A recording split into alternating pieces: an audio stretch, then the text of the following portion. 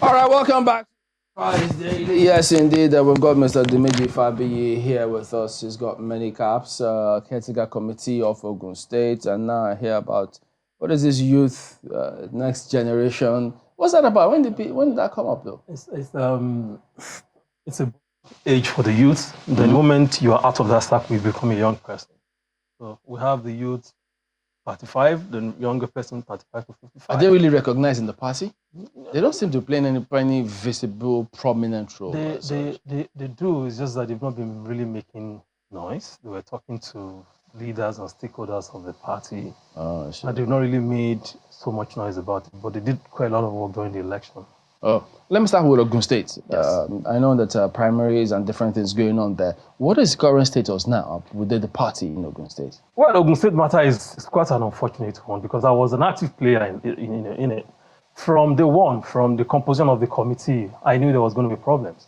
And what we're trying to run away from Ogun State, we've actually gone back there. So as Ogun State stands today, we have two factions.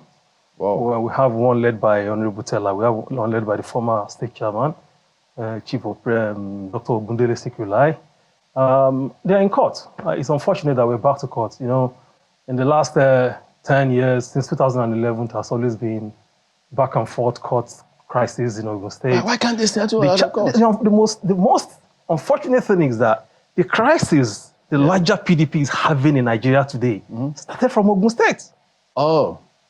Wow. I'll tell you, when the late Kashabu went to court and that disorganized the entire National Working Committee, up to now we've not been able to come out of it. It's unfortunate.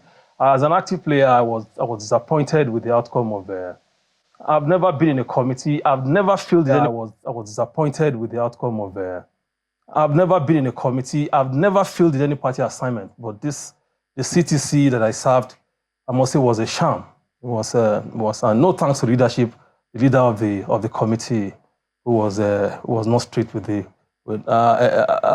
I was told it was nominated by Governor Seyi Makinde of Oyo State, and later I realized that he was not even a member of the PDP. He just joined PDP few months, and they brought him. So he doesn't even understand the values, the principles and ideals of PDP. Just came and they messed up the party and further sink it.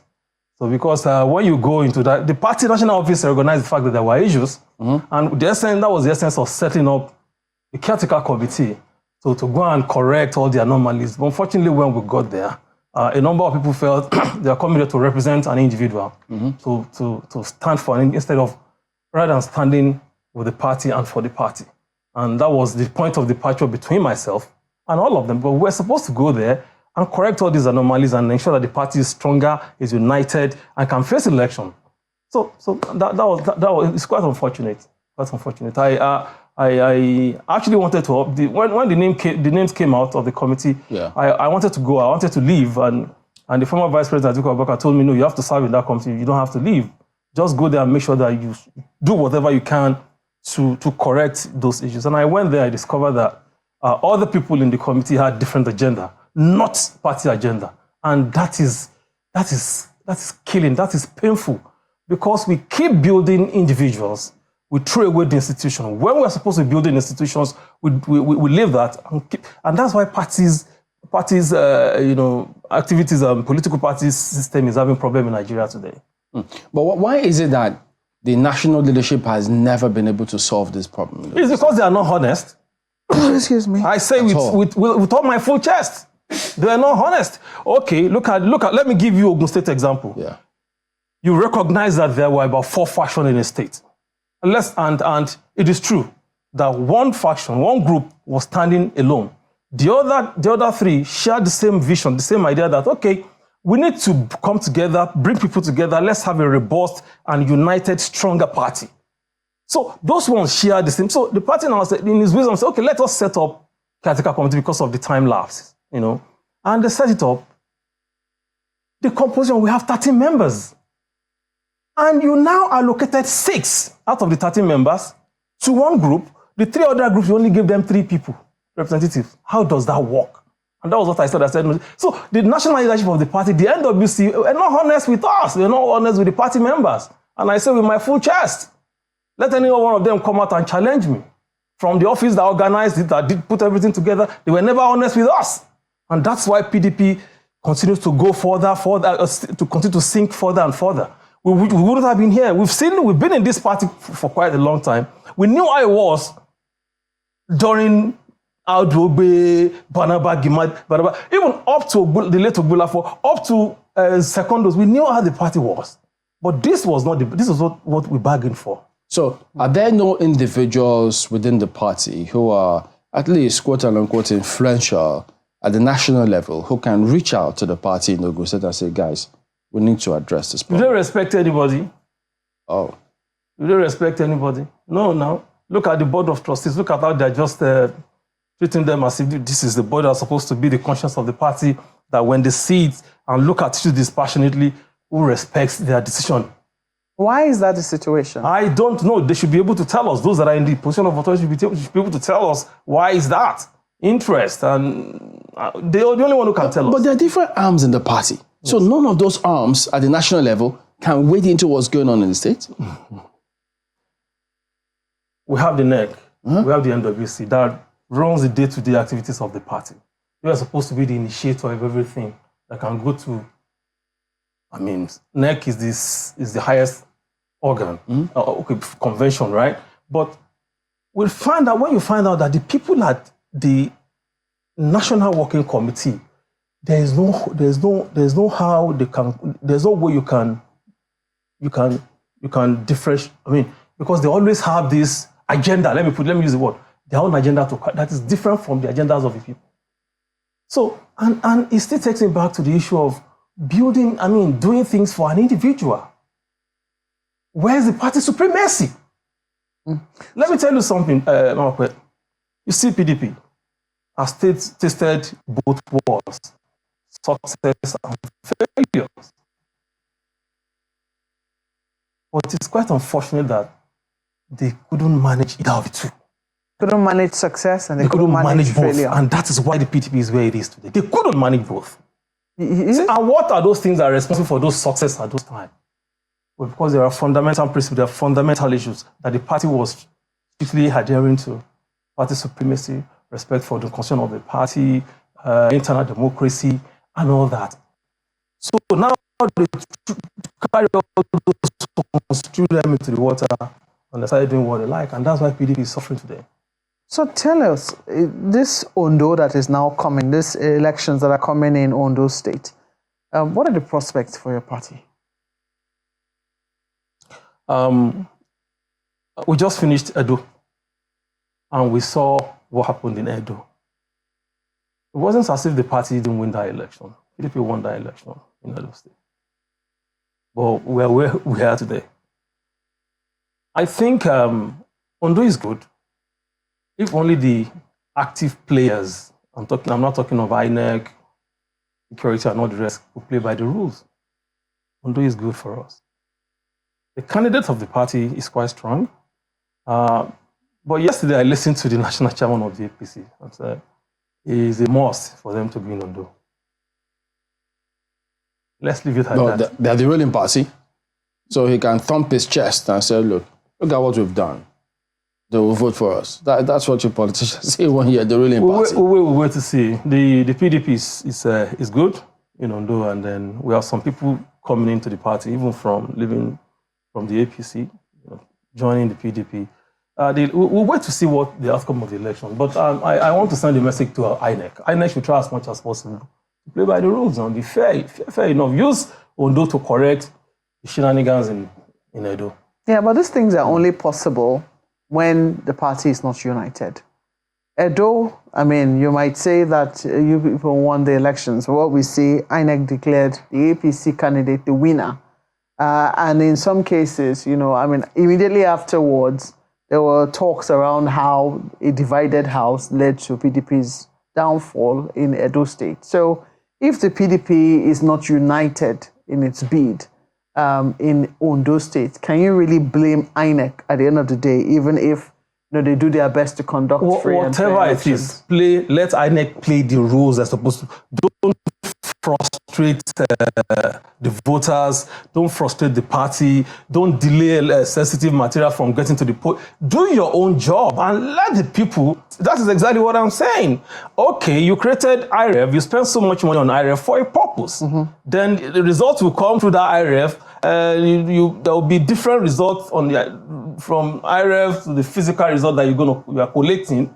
Does that make any sense? Yeah, but I mean, this only happened in how many polls? I know that this matters now are proceeding to court, but even by the admission of PDP stalwarts within the party, I have the privilege to speak with Governor Fintiri, who headed the governor's delegation to Edo State. He said that there were a significant number of local governments had already been declared on IREV. In fact, because he was accused of, declaring results. And he said he only re-echoed what had been declared at the local government level and what was present on IREV. And it was only in 3 local government areas that were not yet declared that he alleges that serious rigging took place. So in many situations, it does appear that INEC followed its own rules. It was seen that there's other people that are not following the rules. I really don't. I don't know. Okay, what my own take is this: the result that was announced by INEC at the end of the day, the collation, was it what we had on the IRF? No, that's exactly what we're saying. Now, what I heard is that except in 3 local government areas, what happened in those local governments? Why are there differences? Why were there differences? If you have 20-something local government and suddenly in 3 local government, things change, then there's something wrong there. That's exactly what I'm saying. So it should have been a completed process where all the results, as you have on the IREC, is the same thing as what the physical result that you announced. That's exactly what I'm saying. What is your perspective about the plans that are in place for PDP ahead of the next meeting to unite everybody? Okay, Chimale, thank you for this question. A few minutes ago, I was listening to the former Deputy National Public Secretary of the party, and I was miffed because I believe these are the guys that should know better. He's a national officer, but I think, and I'm sorry to say this, I think it's the job for the boys. He's just looking for a job. And he saw an opportunity to catch on it and come here and be telling the misleading about what he came to say here. So for me, it is very clear. Kimberly, in PDP today, we have 2 contending forces. We have a force that wants to destroy the PDP for reasons best known to them. This same force are working to desecrate the constitution of the PDP to the level that it won't work for anybody. And on the other hand, is a force that says, look, we need to rescue this party and we need to respect the sanctity of the constitution of the party. I belong to this side, the latter side, because our constitution and start giving stories about what happened in the past. Let me take you through 1 or 2 things. I was in the party office as an accountant when Barnabas Gimade was the national chairman of the party. And immediately he had problems and left. From the same North Central Zone. When Aldrogbe left, they brought Colonel Amadou Ali from Kogi, same North Central, to take over. When he left, we had Ogulafo from the Southeast. When Ogulafo left, he had his own issues and left. They brought in Ogulafo from Abia, later government so rest. They brought in Okwesilese Unwodo from Enugu, former governor of Enugu. The same zone. When Bamanga Tuku left, and Secondos was acting chairman, Gula came, he went to court and came and occupied the national secretariat of the party. And said, see, this thing has to come back to the North because that is the provision of the Constitution. And from there, we had a convention, and the office of the chairman was zoned to the South-South, and Secondos emerged. Now, the claim from these guys... No, what about when Secondos left? That's exactly what I'm going. The claim from these guys is that, when Secondos left, the deputy national chairman from the south, in line with the constitution, took over, which was Elder Akinwumi. Now the question is, as in acting capacity, you only have 3 months. Elder Akinwumi did not even spend up to 3 months because he was very sick. And it was getting to election, then we had the convention now produced the substantive chairman. So what are they telling us? So if he was not ill, he might have continued. But it's not even about that, because we had convention that brought in another one. So less than 3 months. Okay. So the Magu now is acting for almost 1 year, over 1 year. So what are you telling us?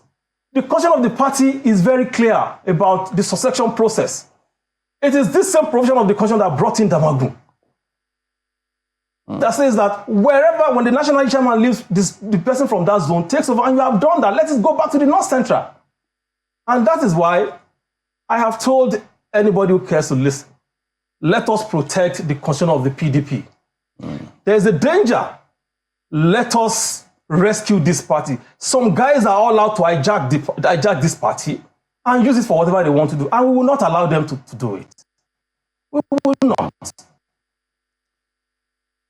So what do you then say to the judgments delivered Lifu, saying that that's Justice Peter Lifu of the Federal High Court Abuja, which says that Umar Damagu remains the PDP chairman. And then his client, the plaintiff, the prayer was that the court should invoke Articles 45, 47, and 67 of the PDP constitution to stop the move to replace him as acting national chairman. And they say this judgment subsists. No problem. I think that has been challenged.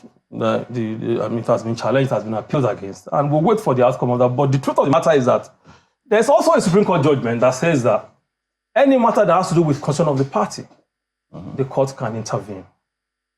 Aside that, any other decision that is taken by the party, they can go. They don't have anything to say. They don't have anything to talk about it. The court has nothing to say about it. So, but is it not true that, because part of that judgment says that in line with Article 42, 47, and 67 of the PDP Constitution, officers can only be elected at the National Convention. Convention, yes.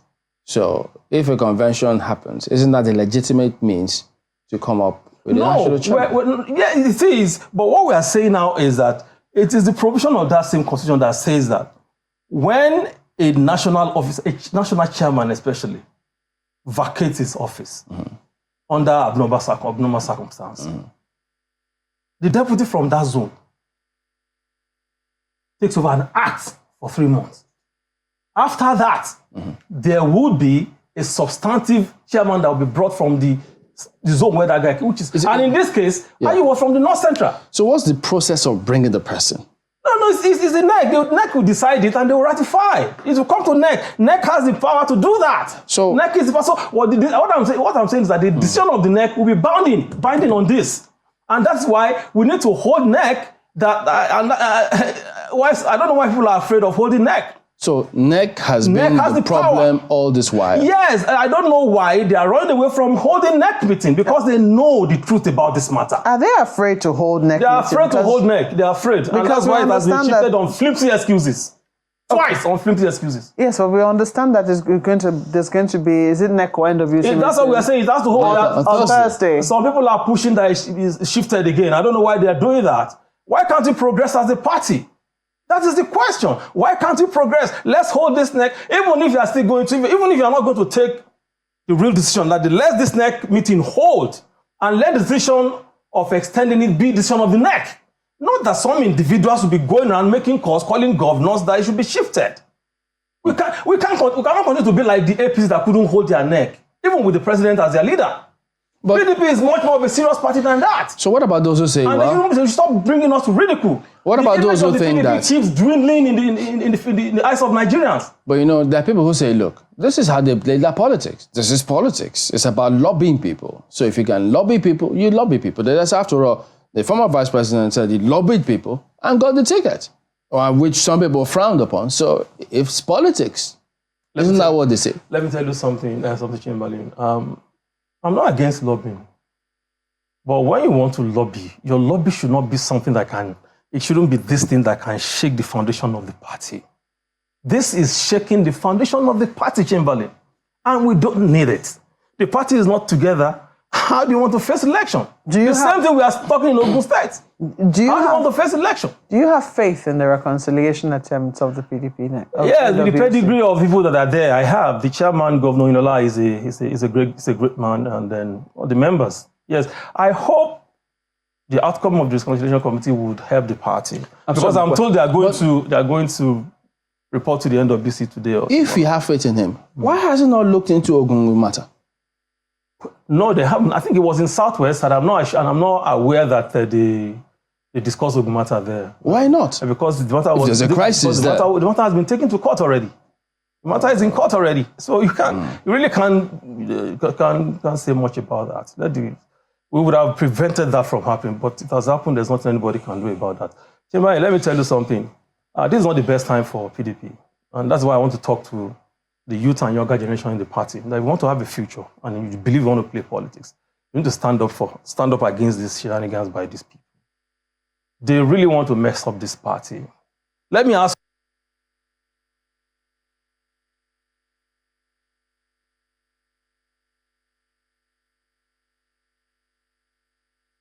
Deliberately created. Who are all these things for? Does Governor Kim want to run for president? Or is doing all of this for someone else? What of the former vice president? Doesn't he want to control the leaders of the party? The former vice president Atiku Abubakar doesn't want to control the party. Atiku is not. He's not even making any effort to control any levers of the party. You don't know. Really? Atiku is a Democrat. You can't compare Atiku with all these people that are making noise now. The difference is too wide.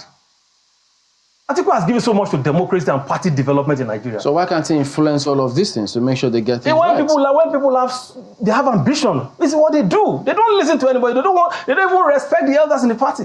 And that's why we say the supremacy of the party is sacrosanct. But unfortunately, we have those at the helms of affairs in the party. They've taken themselves to whatever. There are 3 people in this world, Chamberlain, that cannot be tempted by money. 3 set of people. And I don't see, among the leadership of our party, I don't see any of them belonging to these 3. Number 1 is somebody who is insane, who doesn't even know the color of money, who doesn't know what money is all about. Number 2 is somebody of faith, strong faith. He doesn't care about material things, the worldly things. Number 3 is somebody who is big enough. Let me give you an example. You now ask President Jonathan to come and be national chairman of the party. So, and as a governor, you want to go and bribe him. Even if he doesn't have, because of the status he has achieved, he may not collect it. So, and in the entire NWC, I don't see any one of them belonging to this. And that was why most of the committees that the party sent to state to go and monitor this, to go and conduct Congress, especially when they brought these former National Assembly members, I'm always scared. Because apart from the free money they were making when they were there, the moment they're out of the assembly, you don't have any other things going. So all of these things, you can easily buy them over and do whatever. That's exactly what happened in my state. Is your party reaping the whirlwind now? Because many have said that when your party was in power, they usually destabilize other political parties. And now the chicken has come home. Who said so? They should give me one. They should give me one. With PDP formed the government, when PDP formed the government, PDP went into establishing what we call government of national unity. You're in Obasanjo's time? And we have people from other parties participating in that government. So but we know that somebody who did that. But we know what happened to those persons. What happens to them? Did they eventually join the party? They served, and they saw the path PDP was taking. And they said, no. And nobody forced them to do that. Why are some of PDP members angry now that some members in your party are serving in this government? No, nobody is doing that. As a matter of fact, I was happy that we sent Governor Wike to go and serve them, to show them. You sent? Yes. That's not the impression we got. Now, you're saying the PDP sent. We sent, yes. Let's agree that we sent. Let's agree. Because we agree. He said he informed the party at all levels. And the party says, I'm a member of the party. And the decision of the party is binding on me. Do you get the logic now? That's what he said. So I can't exonerate myself from that. We did, because the party and he brought a letter that I wrote to the acting chairman. They said, go ahead, to parties in the state. They said, go ahead. So the party has taken a decision and it's binding on me. So we sent him there, and he's doing quite well. He's doing quite well there. So you can't take that away from him. But what I'm saying is that it's high time he stopped all this crisis in the PDP. He's at the center of it. He's at the center of it. You say he's at the for center. whatever reason he's doing that, it's high time he stopped so that it doesn't become someone like Alimodu Sharif. That at the end of it, nobody will want to relate with him in politics from whatever party. But his team will always say, how do they prove that I'm at the center of it? He is I just want to remain a stakeholder. He is at the center of it, and you cannot deny that. So don't let us even dig that further. But everybody understand what is going on. We're not. Nigerians are not stupid. That just pull wool over their eyes. So you say you're hopeful that the reconciliation moves will work? I am really hopeful. I hope they will be able to do. They'll be able to. The recommendation will work for the party. This is not a good time for Nigeria. And PDP is supposed to be one that will be on the side of Nigeria. Now the economy is not working. And the sitting government will tell you it wasn't their fault, they're whose fault. When you are brought to the position of power, authority, you are expected to fix it because you took the job because you believe you could fix it. So the economy is not working. From day one, you remove subsidy. Subsidy, we have never done that, you floated Naira. There's nowhere in the world where you float your currency, especially when your economy is weak, when it's not strong, when your productivity is low. These are the things they're doing for us. Look at the FX regime. Look at, there's no alignment between fiscal policy and monetary policy. And those managing the economy, both Cardoso and the man in finance, Wale Edun. What was the last assignment they had with government? Wale Edun was commissioner for finance many years, pretty years, and now how did the national economy? And see where we are now. People are crying. In one fell swoop, you increase fuel pump price from 200 down to 600 or something. The next thing, boom, 1,000. Even if you want to, you have to tell us why it's justified to give us to give it that amount. All right, we have to anchor at that point. Dimeji Fabiyi is a member of the Ogun State PDP Caretaker Committee and also a member of the PDP Young Generation and a stakeholder. Thank you for coming on this morning. Thank you very much. Well, that is the show today. We thank you all for watching. We'll see you again tomorrow. I'm Chamberlain, so goodbye. Thank you. I'm Malpe Ogun Yusuf. Do have a productive Tuesday.